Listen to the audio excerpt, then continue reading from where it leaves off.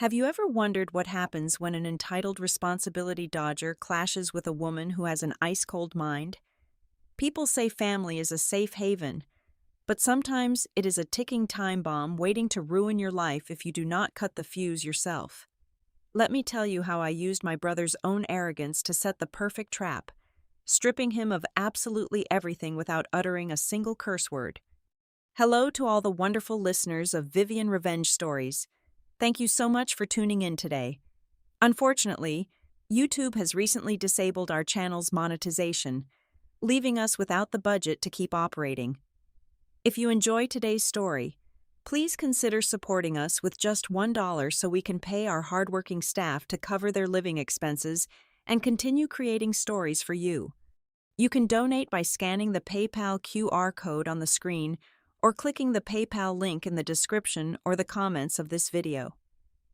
My name is Eva Gardner. I am 32 years old, and I work as the Director of Risk Strategy at Vanguard Apex Analytics, a data crisis management firm based right here in Austin, Texas. My entire career revolves around one very specific skill. I look at complex situations and find the fatal flaws that other people try desperately to hide. I analyze data, sniff out massive liabilities, and neutralize threats before they can destroy a multinational corporation. I am exceptionally good at what I do because I do not let sentimentality or emotion cloud my professional judgment. But if there was one glaring liability I could never quite manage to shake off, it was my older brother, Marcus. If you looked at Marcus's social media profiles, you would think he was a highly successful entrepreneur. He posted endless photos posing next to rented sports cars, holding expensive cigars, and bragging about his so-called massive investment portfolios. The reality was pathetic. Marcus was a hollow shell of a man, a professional parasite who had spent his entire adult life leeching off our parents and relying on my past concessions to bail him out. He expected the world to hand him everything on a silver platter, while he did absolutely no real work. The catalyst for his absolute ruin started on a Thursday evening. I was sitting at my kitchen island, reviewing 50 pages of dense legal documents, when my phone rang. It was Marcus. I answered the call, already bracing myself for whatever delusional nonsense he was about to pitch. "Ava," he said, completely skipping any polite greeting, "I need you to watch Liam and Maya for 1 week. I am heading to Aspen, Colorado for an exclusive VIP investment conference, and my flight leaves tomorrow morning." Notice his exact tone. He did not ask for a favor. He delivered a command. His kids, Liam, who was 16, and Maya, who was 15, were certainly old enough to not need a constant babysitter, but Marcus treated his own teenagers like heavy luggage. He could just check in somewhere whenever they inconvenienced his fake bachelor lifestyle. I did not even look up from my paperwork. "No, Marcus, absolutely not." There was a sharp silence on the line. He clearly had not expected a flat refusal. "What do you mean, no? It is just for 7 days. You have that huge suburban house all to yourself." I kept my voice completely deadpan, radiating the exact same professional coldness I used on fraudulent corporate executives. "I am boarding a flight to Denver to oversee a massive corporate merger. I am working around the clock until that deal closes. I will not be home, and I do not have the time or the energy to entertain your teenagers. You need to figure out another arrangement." Marcus scoffed loudly into the speaker. He actually thought I was just throwing a tantrum to prove a point. He had this deeply infuriating habit of treating my firm boundaries as mere suggestions. "Stop being so difficult, Ava," he sneered, his voice dripping with arrogant condescension. "I am not missing the most important networking event of my life just because you want to play stubborn. I will order a taxi for the kids to your house tomorrow afternoon. You figure it out. Family comes first." And with that sharp click, the line went dead. He hung up on me, fully convinced that I would step aside, rearrange my entire life, and absorb his burden just like I used to do. He had no idea what he had just started. By 8 o'clock that evening, the reality of the situation finally reached Marcus. Liam had apparently sent his father a text message mentioning that a strange older woman was currently serving them homemade pizza at my old address. Any normal functioning parent would have experienced a total psychological collapse at the thought of their children inside the home of an unknown person. A sane father would have called the police or immediately turned his car around. Marcus, however, possessed a mind that operated entirely on predatory opportunism. Where a father should have seen a crisis, my brother saw unparalleled leverage. My phone lit up with his name just as I was returning to my hotel room. When I answered, there was no panic in his voice. There was only a thick, repulsive layer of smug satisfaction. "Well, Eva," he began, his tone dripping with theatrical disappointment, "I have to say, I am absolutely disgusted. Leaving your own flesh and blood stranded on the street with total strangers? That is a new low, even for you." I kept my voice carefully neutral. "You sent them to an address I no longer own, Marcus. I told you I was in Denver. You abandoned them." He laughed, a sharp, grating sound that echoed through the receiver. "That is not how the internet is going to see it, little sister. Imagine the headline: High-powered director of risk strategy for Vanguard Apex Analytics ruthlessly abandons two defenseless teenagers on a suburban sidewalk to go play corporate dress-up. I have a massive following. One post from me, tagging your firm's executive board, and your entire spotless professional reputation goes up in flames. Your clients pay millions for your pristine judgment. How much confidence will they have when I expose you as a monster who endangers children?" The threat was incredibly precise. My firm thrived on absolute discretion and unshakable ethics. A viral social media campaign accusing me of child neglect, no matter how fabricated or easily disproven in the long run, would create a public relations catastrophe. I would be placed on administrative leave the very next morning. He knew exactly where to strike. "What do you want, Marcus?" I asked, allowing just a fraction of weariness to seep into my voice. "I think we can settle this quietly," he replied smoothly. "A minor out-of-court settlement for the severe emotional distress you have caused my family. $100,000. You wire the money to my primary account, and I will drive back right now to pick up the kids. I will delete the drafted posts, and we can forget this ever happened. If the money is not there, I click publish, and I call my lawyers to file formal child endangerment charges." Before I could even process the sheer audacity of his extortion, he ended the call. Less than 2 minutes later, my phone rang again. This time, it was my mother. Marcus had immediately deployed our parents to act as his enforcers. "Ava, how could you be so utterly selfish and cruel?" my mother wailed into the phone, her voice thick with exaggerated grief. "Your brother is going through an incredibly difficult time right now. He is under so much stress trying to build his business, and you pull a stunt like this? You are making a massive salary at that fancy company of yours. Just give him the money. Keep the peace in the family. It is just money, Ava. Why do you always have to make everything so difficult for him?" My father chimed in from the background, shouting that I owed my family some loyalty and that I was tearing them apart over pennies. They did not care that Marcus had abandoned his children. They did not care that he was blackmailing me. They only cared that their golden boy was upset and that I was the designated bank account required to fix it. I listened to their berating for exactly 2 minutes before hanging up.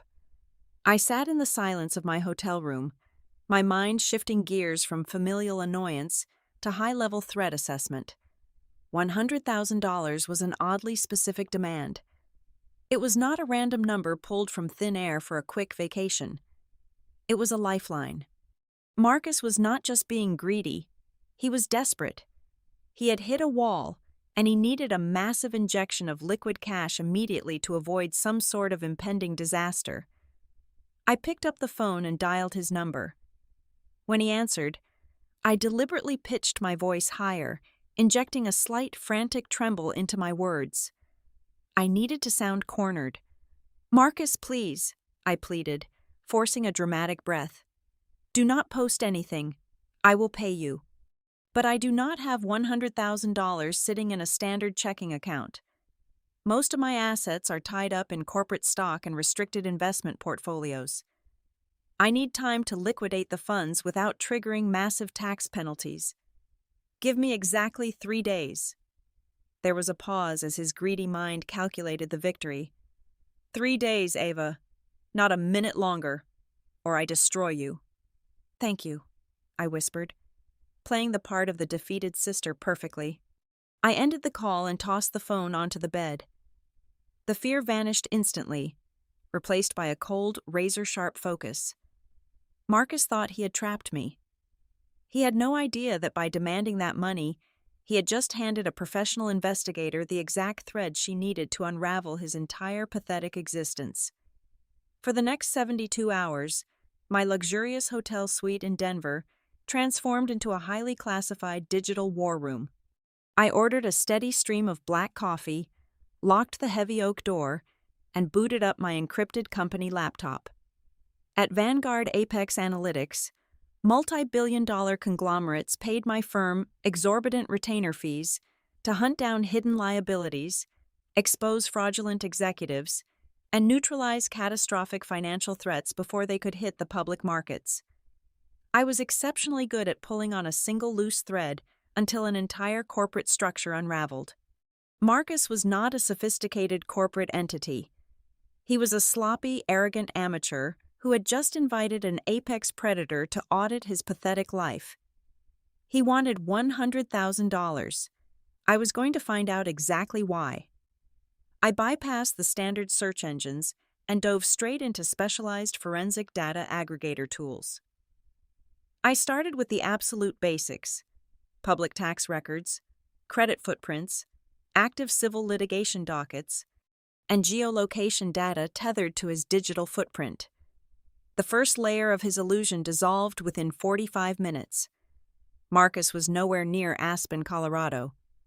There was no exclusive VIP investment conference. By cross-referencing his recent credit card microtransactions, which he had carelessly linked to a public peer-to-peer payment application, I traced his actual physical location. My wildly successful jet-setting brother was currently holed up in a dilapidated, 2-star motel situated off a dusty interstate highway just outside of San Antonio. His transaction history painted a pathetic picture of cheap drive-through fast food and discounted liquor store purchases. He was not networking with venture capitalists. He was hiding from people he owed money to. I dug deeper into his state business filings. His so-called empire, the one he endlessly bragged about to our parents, was a total graveyard. His primary holding company had been involuntarily dissolved by the state over 14 months ago for failing to pay basic franchise taxes.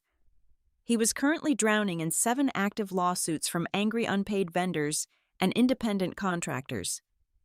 The rented luxury sports cars, the designer watches, the extravagant dinners he posted online were paid for entirely by a web of predatory, high-interest personal credit cards. Every single one of those accounts was now maxed out and severely delinquent. He was functionally bankrupt. But standard credit card debt does not make a narcissist panic enough to extort his own sister for $100,000. Credit card companies just harass you over the phone. Marcus was running from something much more explosive, something with immediate, devastating consequences. I hacked further into the broader family financial ecosystem. Years ago, when our grandfather passed away, he had set up modest, heavily regulated educational trust funds for Liam and Maya. They were strictly designated to cover 4 years of college tuition. Using a few backdoor forensic software tools that I typically reserved for tracking offshore shell companies, I accessed the routing history of those specific trust accounts. As the data populated on my screen, my blood ran completely cold. The accounts were entirely empty. Over the past 8 months, Marcus, acting as the legal custodian of the funds, had systematically drained every single penny. He had wired roughly $85,000 of his own children's futures into a series of highly volatile, unregulated cryptocurrency exchanges. I followed the digital blockchain ledger, tracking the wallet addresses. It was a textbook pump and dump scam. The obscure digital tokens he had purchased had crashed to absolute zero weeks ago. He had literally gambled away his teenager's entire college educations on a desperate, delusional fever dream of overnight wealth. The sheer depravity of stealing from his own children pushed me to look even closer. If he was willing to bankrupt his kids, absolutely no one in his orbit was safe. I pulled up the municipal property records for our parents' suburban home. They had worked their entire lives to pay off that mortgage over a decade ago. It was their only safety net, their only tangible asset for a secure retirement. As the official digital deed loaded on my screen, a heavy, suffocating weight settled in my chest.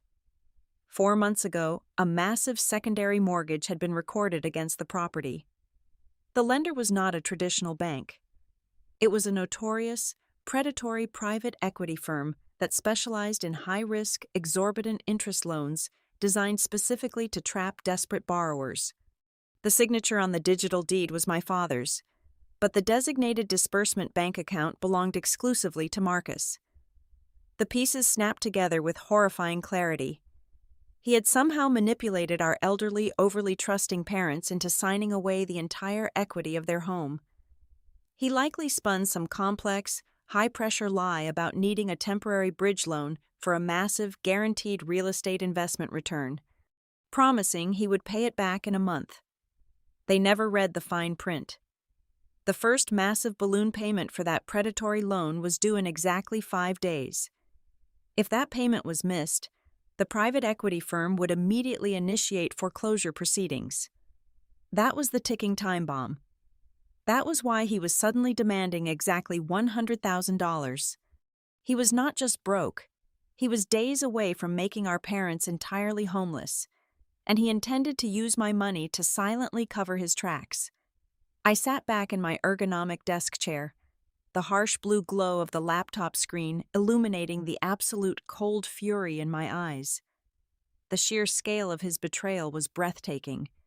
He was perfectly willing to let me take the public fall for child abandonment, let his kids lose their education, and let his parents lose their home, all just to maintain his pathetic illusion of success.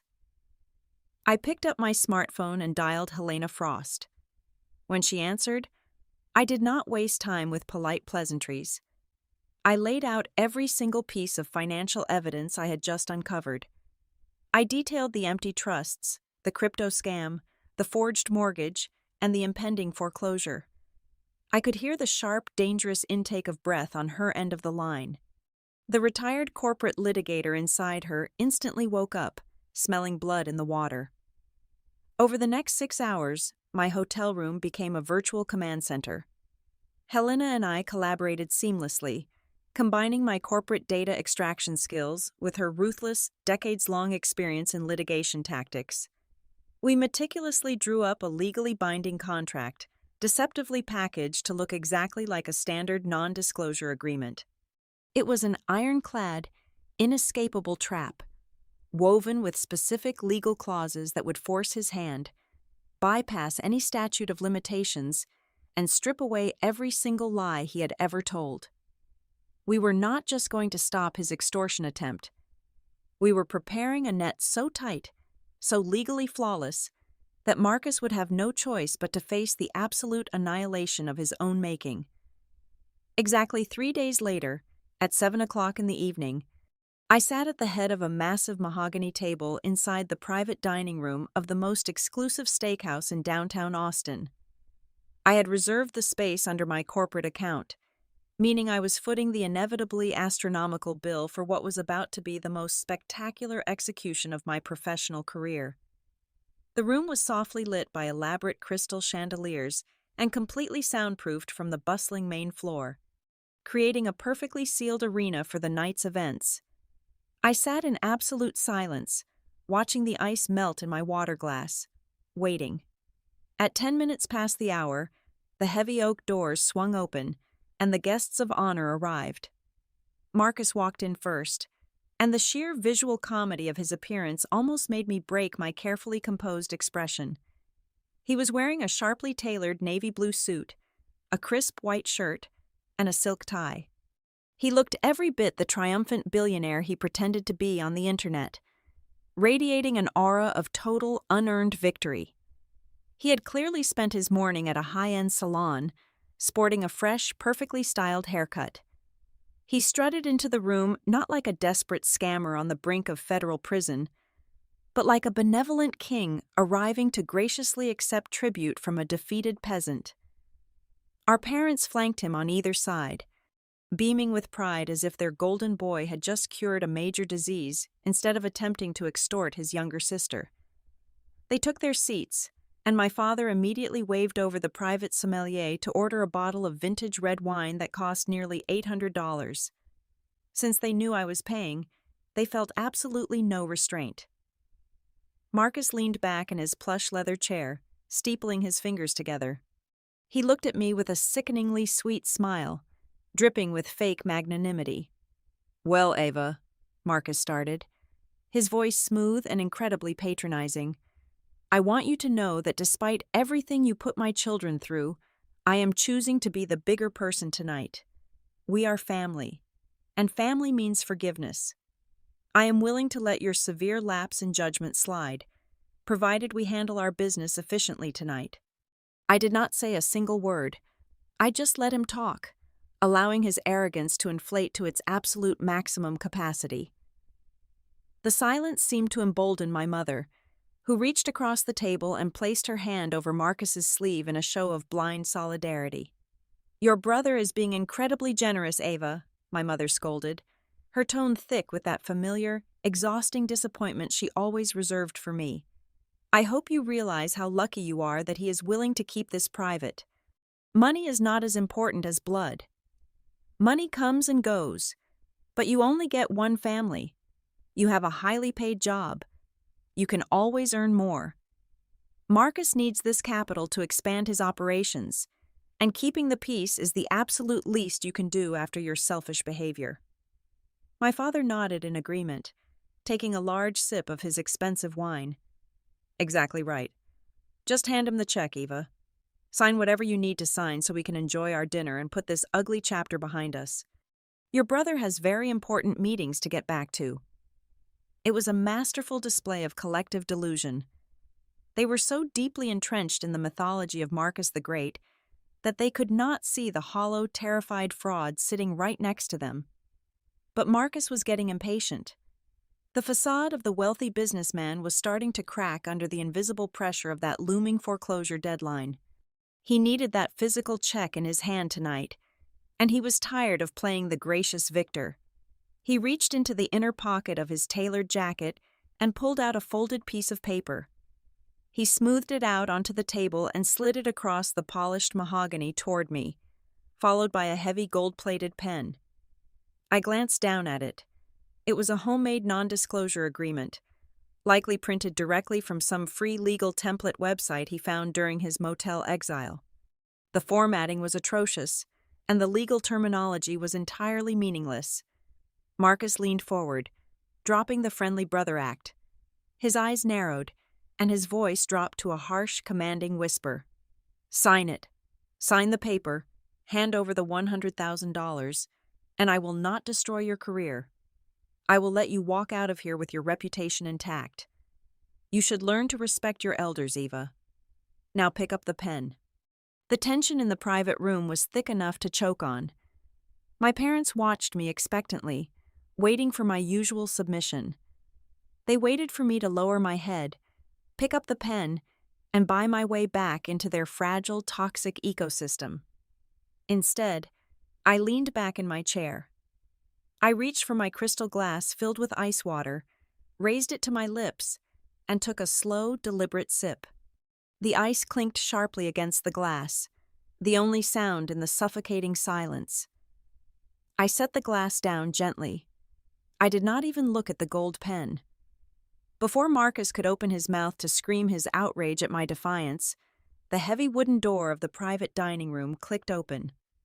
Every head at the table snapped toward the entrance. Standing in the doorway was Helena Frost. She was dressed in an immaculate charcoal gray power suit, her posture radiating absolute authority. In her right hand, she gripped a pristine black leather briefcase. She stepped into the room, letting the heavy door shut firmly behind her, sealing the trap completely shut. "Who is this?" my mother demanded, her voice shrill with sudden annoyance as she looked at the woman standing in the doorway. I did not break eye contact with my brother. "Marcus, Mom, Dad, allow me to introduce Helena Frost. She is not just the woman who generously fed Liam and Maya homemade pizza while you abandoned them on the street. She is a highly respected retired corporate litigator, and as of exactly 3 days ago, she is my official legal counsel."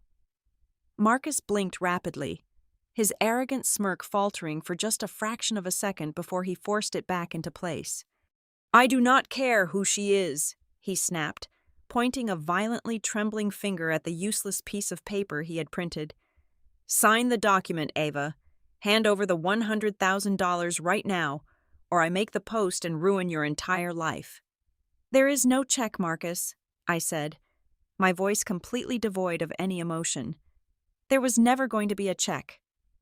Helena stepped forward, her heels clicking sharply against the hardwood floor. She placed her black leather briefcase directly onto the polished mahogany table. The heavy metal clasps echoed with a sharp final click as she opened it. She bypassed the homemade contract completely, pulling out 3 thick, professionally bound folders. She handed the first one directly to me. I tossed it across the table. It slid and landed right on top of his pathetic non-disclosure agreement. "What is this nonsense?" my father asked, squinting at the dense financial spreadsheet spilling out of the folder. "That," I replied coldly, "is a complete forensic accounting of the educational trust funds left for Liam and Maya, the protected accounts that were supposed to guarantee their college tuition. If you look closely at page 4, you will see exactly how Marcus systematically drained $85,000 over the last 8 months. He wired every single cent into an unregulated cryptocurrency pump and dump scam that collapsed completely 3 weeks ago. He stole his own children's future to play internet day trader." My mother gasped loudly, pressing a trembling hand to her chest. "Marcus, tell me she is lying. Tell me this is just one of her cruel tricks." Marcus was completely silent. The color had violently drained from his face, leaving him looking like a terrified, cornered animal. He stared down at the banking documents, his mouth opening and closing wordlessly, as the undeniable proof of his theft sat under the chandelier light. "But we are just getting started," I continued, signaling Helena with a slight nod. She handed me the second folder. "This one?" I slid directly in front of my father. "Dad, I strongly suggest you look at the signatures on that digital deed. 4 months ago, your perfect, highly successful son convinced you to sign a document you clearly did not read. It was not a temporary bridge loan for a guaranteed business venture like he promised. It was a massive secondary mortgage on your house, funded by a predatory private equity firm with an extortionate interest rate. The money went directly into his failing personal checking account to pay off his angry vendors." My father put on his reading glasses with violently shaking hands. As his eyes scanned the legal jargon, his face shifted from confusion to sheer, unadulterated horror. "The first massive balloon payment is due in exactly 5 days, I stated, twisting the knife with absolute precision. "If that payment is not made, the lender will initiate immediate foreclosure proceedings." Marcus did not demand $100,000 from me because I hurt his feelings. He demanded it because he is completely bankrupt, and he was hoping to use my money to secretly pay off the loan before you found out he just made you homeless. The private dining room erupted into absolute chaos. My mother let out a guttural, agonizing scream, clutching her husband's arm as tears streamed down her face. My father stood up, his face purple with rage, shouting incomprehensibly at Marcus. The people who had spent my entire life defending his terrible choices and demanding my compliance were finally experiencing the catastrophic reality of enabling a parasite. Marcus scrambled backward, his chair tipping over and crashing loudly onto the floor. He looked frantically at the heavy oak doors, desperately calculating an escape route. "You cannot do this to me," he stammered, his voice cracking into a pathetic, high-pitched whine. "I am your brother. I will sue you for slander. I will destroy your career." I stood up slowly, leaning my palms against the table. "You do not have the money to hire a lawyer, Marcus, and you definitely do not have the time. Helena and I did not just print these documents for a theatrical family dinner." I paused, making sure the room was quiet enough for him to hear every single word of his impending doom. "I have already submitted the entire forensic dossier, including your forged mortgage documents, the stolen trust fund data, and the recorded audio of your blatant extortion attempt, directly to the Federal Bureau of Investigation and the Securities and Exchange Commission. They are extremely interested in your fraudulent business practices. You cannot blackmail me, Marcus. You just dug your own grave with your own arrogance." He did not even try to argue. He turned and bolted from the room like a coward, leaving our parents sobbing hysterically at the table over the smoking ruins of their retirement. The fallout was swift, brutal, and absolute. Less than 48 hours later, federal agents arrested Marcus at his cheap motel. He was indicted on multiple federal charges, including wire fraud, embezzlement, and extortion. Without a single dime to his name, he was assigned an overworked public defender and denied bail due to being a severe flight risk. Our parents lost their beautiful suburban house. They had to pack up decades of memories and move into a tiny, cramped apartment, their golden years permanently shattered by the son they refused to hold accountable. As for Liam and Maya, the revelation that their father had stolen their college funds severed whatever fragile loyalty they had left. They were furious, heartbroken, but incredibly resilient. With Helena acting as their fierce legal advocate, they officially filed for independent legal guardianship. They moved into my secure downtown penthouse. I immediately set up entirely new ironclad educational trusts for them, and for the first time in their entire lives, they had a guardian who actively planned for their future instead of exploiting it. 3 months later, I sat in my spacious, glass-walled office at Vanguard Apex Analytics, looking out over the sprawling Austin skyline. The city was bustling with life, moving at a relentless, beautiful pace. I took a sip of my black coffee and smiled. People place so much blind faith in the concept of bloodlines, assuming that shared DNA automatically equals unwavering loyalty. But DNA is just a random biological arrangement.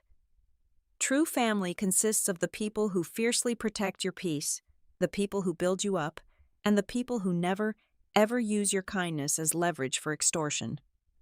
I had surgically removed a toxic infection from my life. I lost a dysfunctional family, but in return, I gained a peaceful home, 2 amazing teenagers, and absolute, unbreakable freedom. Hello to all the wonderful listeners. Thank you so deeply for staying with me until the very end of this story. Where are you listening from today? I would absolutely love to know. If you found today's story engaging and satisfying, please consider helping our channel with just a $1 donation. You can easily scan the PayPal QR code on your screen or use the PayPal link provided in the description or the comments section of this video. Your generous support allows us to pay our hardworking staff, helping them feed their families, and ensures we can continue creating better and more exciting stories to serve you. Thank you again, and have a truly wonderful day.